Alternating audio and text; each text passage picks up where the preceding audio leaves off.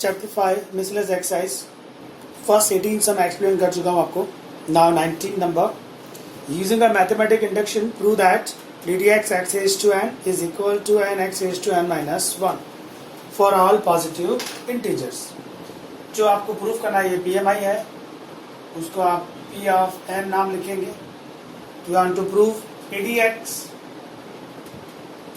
X raise to n is equal to n into x raised to n minus 1. PMI n equal to 1 से start करते हैं. n equal to 1 LHS and RHS. चलिए n equal to 1 में LHS ले लेते हैं. ddx of x raised to 1. now ddx of x का derivation x के रिस्पेक्ट में कितना आएगा 1. RHS में n की जगह 1 लिया, so 1 into x raised to 0, 1 into 1, 1, so LHS is equal to RHS. P of 1 is 2. Result number 1. फिर n equal to k के लिए आप लिखेंगे assume that P of k is true for every k belongs to n. ये आपको assume कर लेना होता है, या प्रूफ करने की जरूरत नहीं. स्टेटमेंट क्या होगा, जहां जहां n है वहां k लेंगे आप. D d x x raise to k equal to k into x raise to k minus 1. ये आपने एक्सेप्ट कर लेना है, इसको प्रूफ करने की जरूरत नहीं. Now n equal to k plus 1 LHS. LHS बनेगा d d x x raise to k plus 1. Okay, आप इसको लिख सकते हैं d d x x raise to k into x. अब ये तो मल्टीप्लिकेशन रूल है, f into g. f as it is, g का derivation plus g as it is f का डेरिवेशन. ये तो एज इट इज है. x का डेरिवेशन x के रिस्पेक्ट में 1 हो गया प्लस x. ये आपने एज्यूम कर रखा है. क्या आंसर है इसका, k x raise to k minus 1. Next x raise to k plus ये x है, ये भी x है. बेस इक्वल पावर ऐड होगा तो x रेज टू k आएगा into k. x raise to k common, k plus 1 बचा. आप x रेज टू k की जगह k प्लस 1 माइनस 1 लिख सकते हैं, और इंटू में आएगा k प्लस 1. तो आपको यही प्रूफ करना है ना k प्लस 1 में, कि x का पावर जब k प्लस 1 है तो आंसर आएगा k plus 1 into x raise to k plus 1 minus 1. So n equal to k plus 1 भी प्रूफ हो गया. From 1, 2 and 3 P of n is true for every n belongs to n by using PMI, Principal Mathematic Induction. ये आपका सम का answer. इसका screenshot लीजिएगा.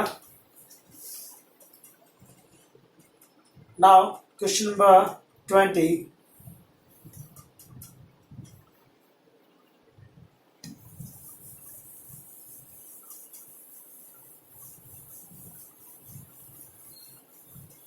Number, sine a plus b के फॉर्मूले को यूज करना है आपको. डेरिवेटिव की हेल्प से cos a प्लस बी का फॉर्मूला फाइंड आउट करना है. साइन ए प्लस बी का फॉर्मूला है sine a cos b cos a sine b. इस फॉर्मूले की हेल्प से cos a प्लस बी का फॉर्मूला ढूंढना है by using derivative. Okay, ddx taking both the side. Sine a plus b d d x sine a cos b plus d d x cos a sine b x D d x पहले sign का होगा, sign का आएगा cos a plus B,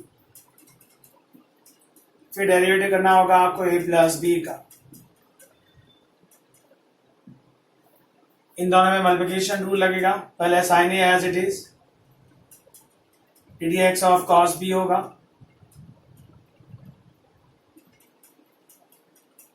plus cos b as it is d d x of sine a होगा plus इन दोनों में multiplication लगेगा, cos A as it is dx of sin B हुआ, sin B as it is dx of cos A। Simple है, इस sign का derivative कर दिया, इस ब्रैकेट का चांस आया, इन दोनों में मल्टीप्लिकेशन रूल लगाया, इन दोनों में मल्टीप्लिकेशन रूल लगाया। चलिए next, cos A plus B as it is, ए का डेरिवेशन एक्स के रिस्पेक्ट में हमको पता नहीं है तो d a by d x लिख देते। The same thing for b, d b by d x. Sine a cos b का डेरिवेशन साइन बी होगा,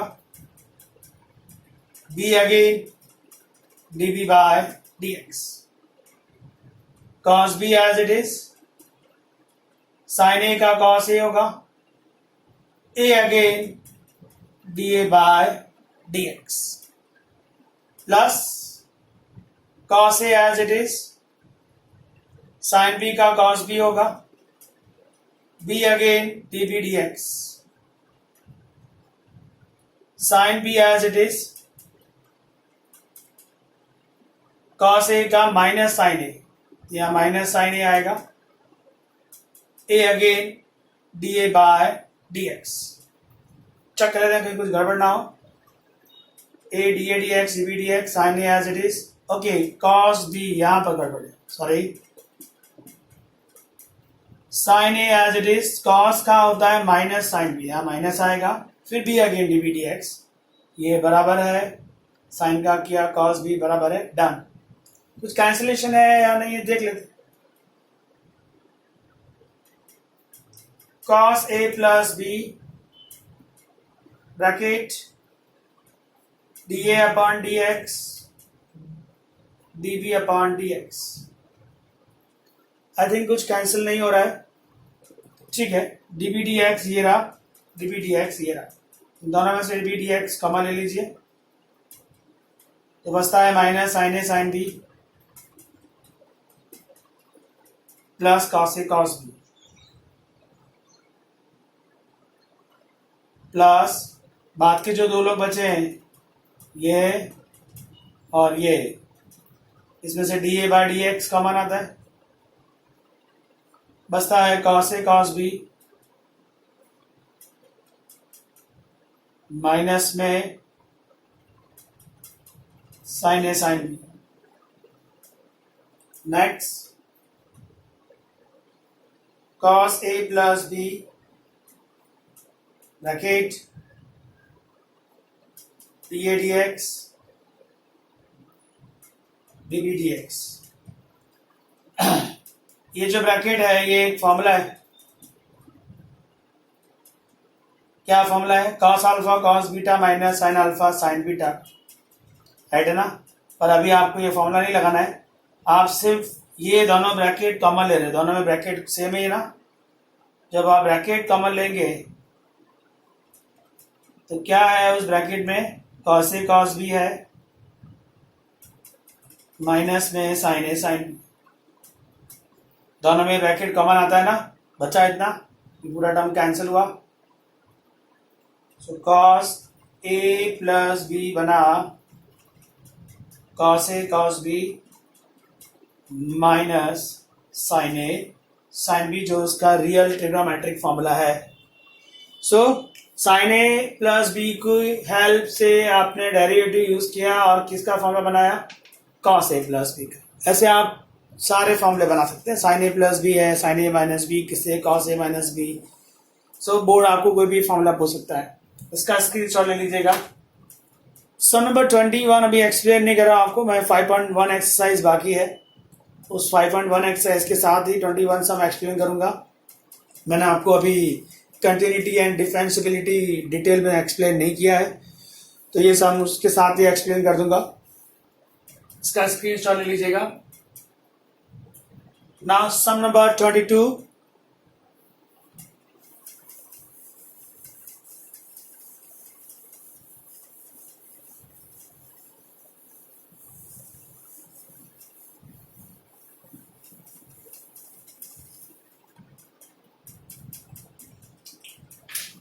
नंबर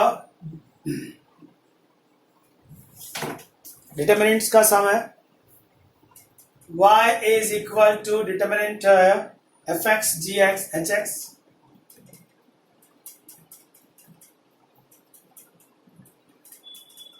lmn abc। पहले इसको एक्सपांड कर लेते हैं, फिर डेरिवेट करेंगे। fx के साथ आएगा m into c minus b into n, इसका माइनस जी एक्स बनेगा। इसके साथ आएगा l into c minus a into n, plus h x के साथ आएगा l into b minus a into n. ये आपने डिटरमिनेंट एक्सपांड कर। Now d x taking both side, d x यहां पर दिया है तो कांस्टेंट है, बाहर रखेंगे इसको। डेरिवेटिव सिर्फ किसका बनेगा, जहां एक्स वेरिएबल है। सेम थिंग ये कांस्टेंट है, डी एक्स हो जाएगा g x. The same thing ये ब्रैकेट कांस्टेंट है, डी एक्स बनेगा एच एक्स का। डी एक्स और वाई तो d y by d x माना जाएगा। ये ब्रैकेट कांस्टेंट है। एफ एक्स का डेरिवेशन कितना आएगा, एफ डैश एक्स। ये ब्रैकेट कांस्टेंट है। जी एक्स का डेरिवेशन कितना आएगा, जी डैश एक्स। ये ब्रैकेट कांस्टेंट है। एच एक्स का डेरिवेशन कितना आएगा, एच डैश एक्स। डेरिवेशन हो गया। आप इस लाइन को और इस लाइन को कंपेयर करिए। ब्रैकेट है, साथ में एफ एक्स, ब्रैकेट है एफ एक्स की जगह एफ डैश एक्स, वही ब्रैकेट है, साथ में जी एक्स है, यहाँ पर जी डैश एक्स, वही ब्रैकेट है, एच एक्स है, साथ में कितना है, एच डैश एक्स। मतलब यहाँ जो एफ एक्स जी एक्स और एच एक्स था उसकी जगह जस्ट क्या आ गया, एफ डैश जी डैश और एच डैश। मतलब अगर आप चाहो तो इसका डिटरमिनेंट फॉर्म लिख सकते हो ना। ये जो लाइन है वो दी तो इसने दी ना, यहाँ पर जो एफ एक्स जी एस और एच एक्स है उसकी जगह क्या आ जाएगा, एफ डैश जी डैश और एच डैश। तो आप यहाँ लिखेंगे एफ डैश एक्स, यहाँ आएगा जी डैश एक्स, यहाँ आएगा एच डैश एक्स। बाकी सब as it is, l m n a b and c. So ये इसका आंसर होगा। इसका स्क्रीनशॉट ले लीजिएगा। अब जो सम आ रहा है वो मैंने आपको काफी डिटेल में समझाया था। सक्सेस से डेरिवेटिव, प्रूव दैट सम से डेरिवेटिव के। इसको रफ कर दे रहा हूं मैं।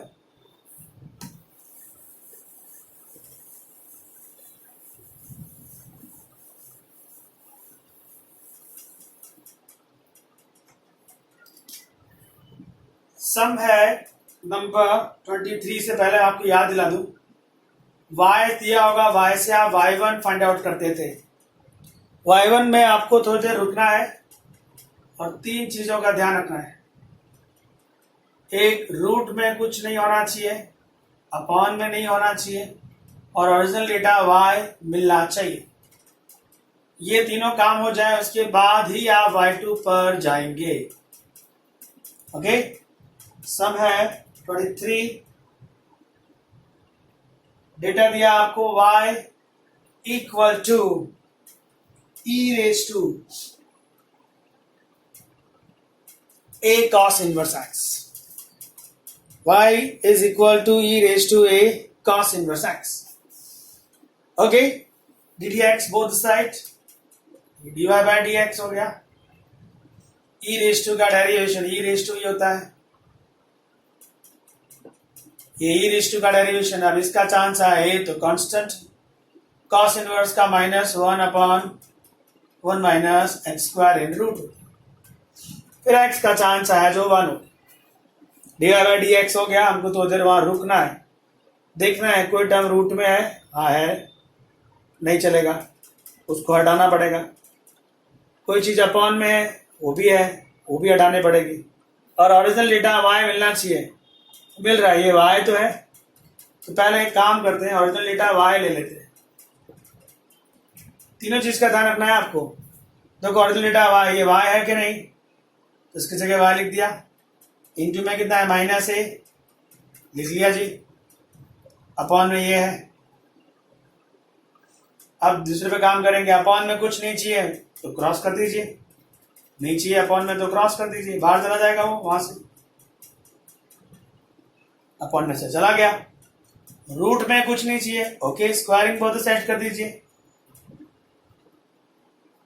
दो चीज का रूट चला गया, सबका स्क्वायर कर देना पड़ेगा आपको.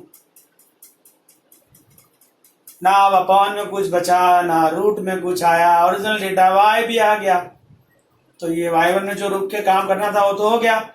अब आप y2 पर जाएंगे, मतलब अगेन डेरिवेटिव, मल्टीप्लिकेशन रूल लगेगा ना इसमें. 1 minus x square as it is, dx किसका होगा, dy by d x square का, dy by d x square as it is, dx किसका होगा 1 minus x square, a square constant, dx किसका होगा y स्क्वायर. चलिए ब्रैकेट एज इट इज, इसको derivate करिए. पहले पावर का होगा, पावर डाउन, पावर का हो गया पावर डाउन. अब इसका चांस है डी बाई डी एक्स का अगेन डेरिवेशन कितना होता है, D square by d x plus D by d x का स्क्वायर एज इट इज. इसका डेरिवेट करना होगा तो 1 का 0, इसका माइनस 2x, ए स्क्वायर तो कांस्टेंट है. पहले पावर का होगा 2y, फिर y का चांस आएगा dy बाय dx. जैसा कि आपको याद होगा हर बार 2y1 कॉमन और कैंसिल होता है. 2y1 मतलब यहाँ पर 2 dy बाई dx है, ये रहा 2 dy बाई dx, यहाँ पर भी है 2 dy बाई dx, इसमें भी एक है और यहाँ पर भी है. तो सब में से 2 dy बाई dx कॉमन और कैंसिल कर दीजिए. कितना बचा फ्रेंड्स, 1 माइनस एक्स स्क्वायर का स्क्वायर, ये तो कॉमन एंड कैंसिल है, T square by d x square हो गया. ये माइनस प्लस माइनस आया, 2 गया और एक d y by d x चला गया, तो कितना बचा x d y by d x equal to, चलिए 2 और d y by d x चला गया, कितना बचा ए स्क्वायर वाई. ये ए स्क्वायर वाई यहाँ पर ट्रांसफर कर दीजिए. 1 माइनस एक्स स्क्वायर का square, d square by d x square, x d y by d x, ये यहाँ पर आएगा तो माइनस में a square y equal to 0. ये आपको प्रूफ करना था. ये प्रूफ दैट सम से हर बार इसी तरह से काम करना है. y से y1 फाइंड करिए, y1 में रूट में कुछ मत रखना, अपन में मत रखना और ओरिजिनल डेटा लेके आना. उसके बाद आप y2 में जाना, लास्ट में मोस्ट ऑफ 2y1 कॉमन आएगा एंड कैंसिल होगा. इसका स्क्रीनशॉट लीजिए. मैं आपको अभी 1-2 सम और एक्सप्लेन कर रहा हूँ, वो आपको हेल्प करेंगे कुछ सम्स सॉल्व करने के लिए. एक्स्ट्रा सम्स भी है, ये रफ कर दो है.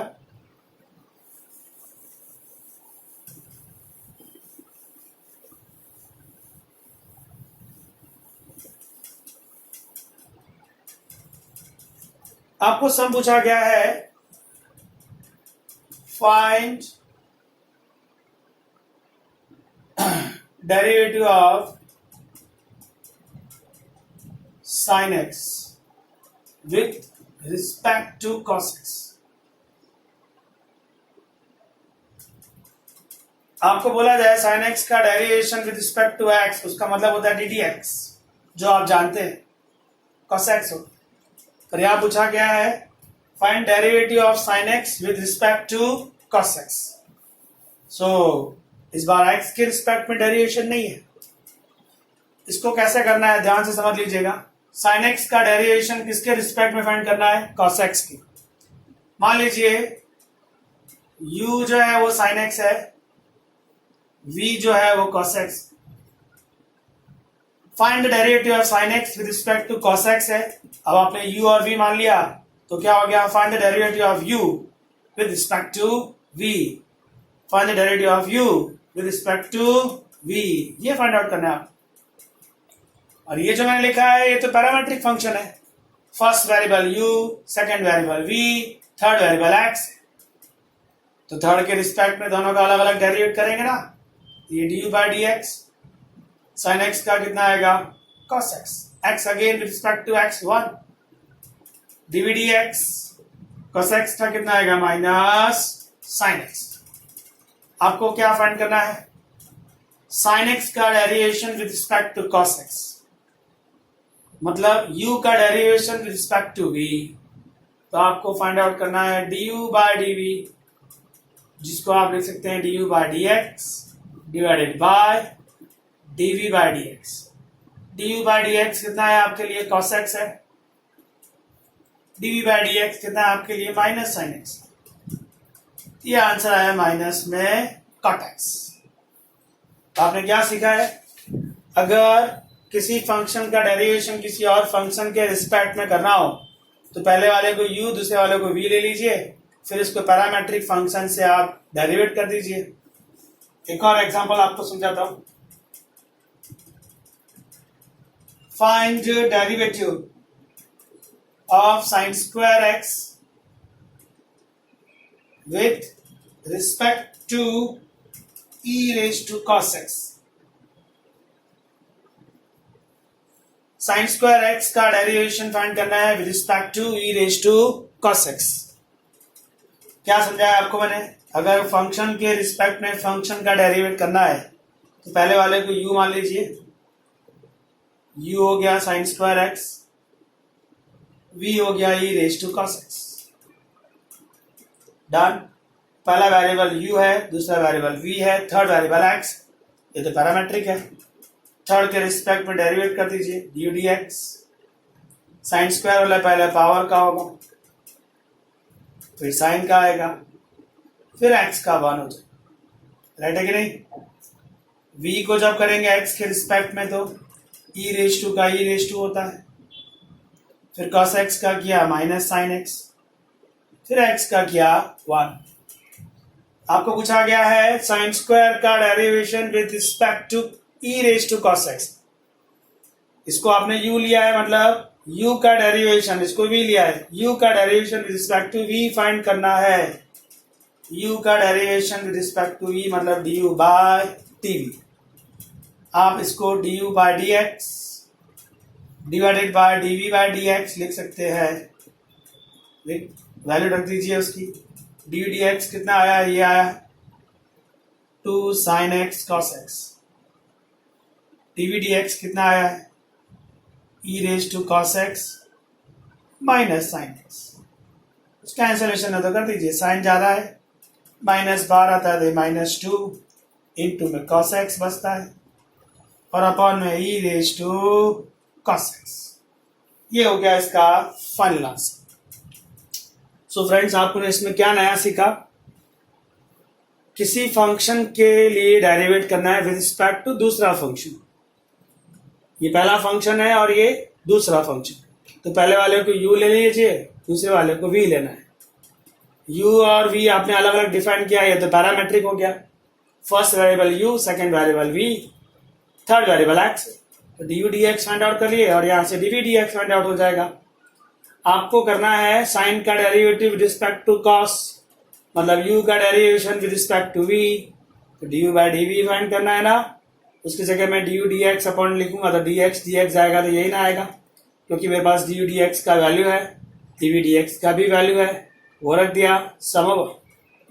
सो ये इंपॉर्टेंट सम्स हैं, इसका स्क्रीनशॉट ले लीजिएगा। और एक एग्जांपल आपको समझा रहा हूँ, लॉग का एक बहुत ही इंपॉर्टेंट रूल है। Done friends.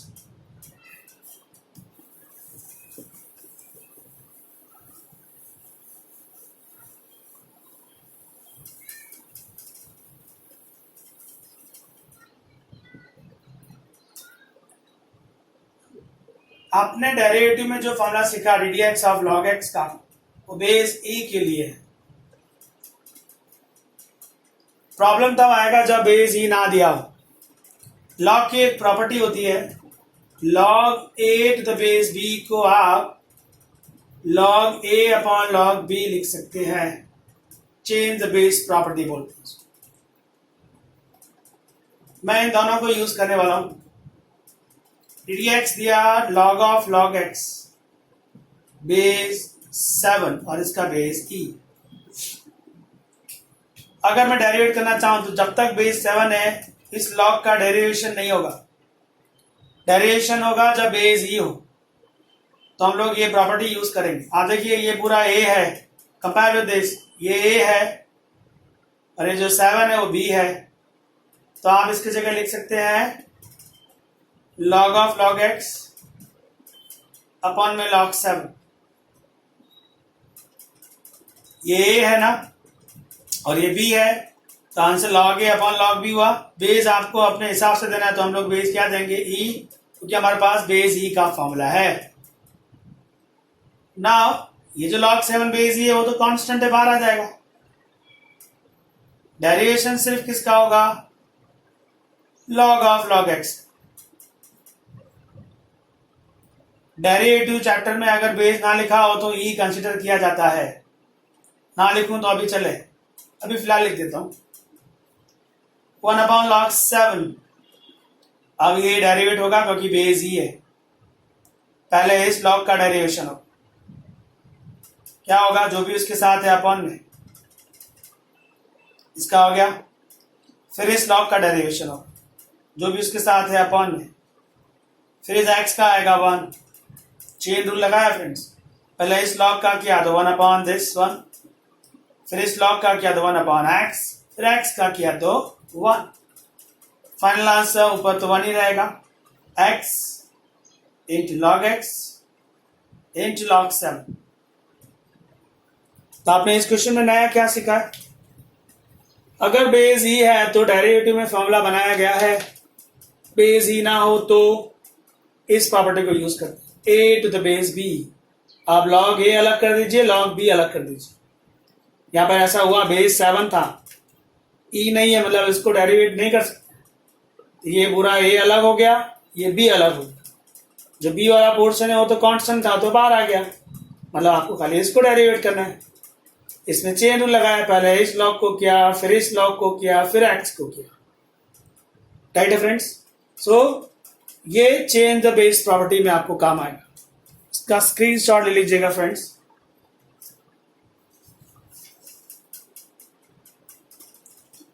Okay friends, derivative में अब हमारी सिर्फ 5.1 एक्सरसाइज बाकी है, वो मैं आपको नेक्स्ट लेक्चर में एक्सप्लेन करूंगा।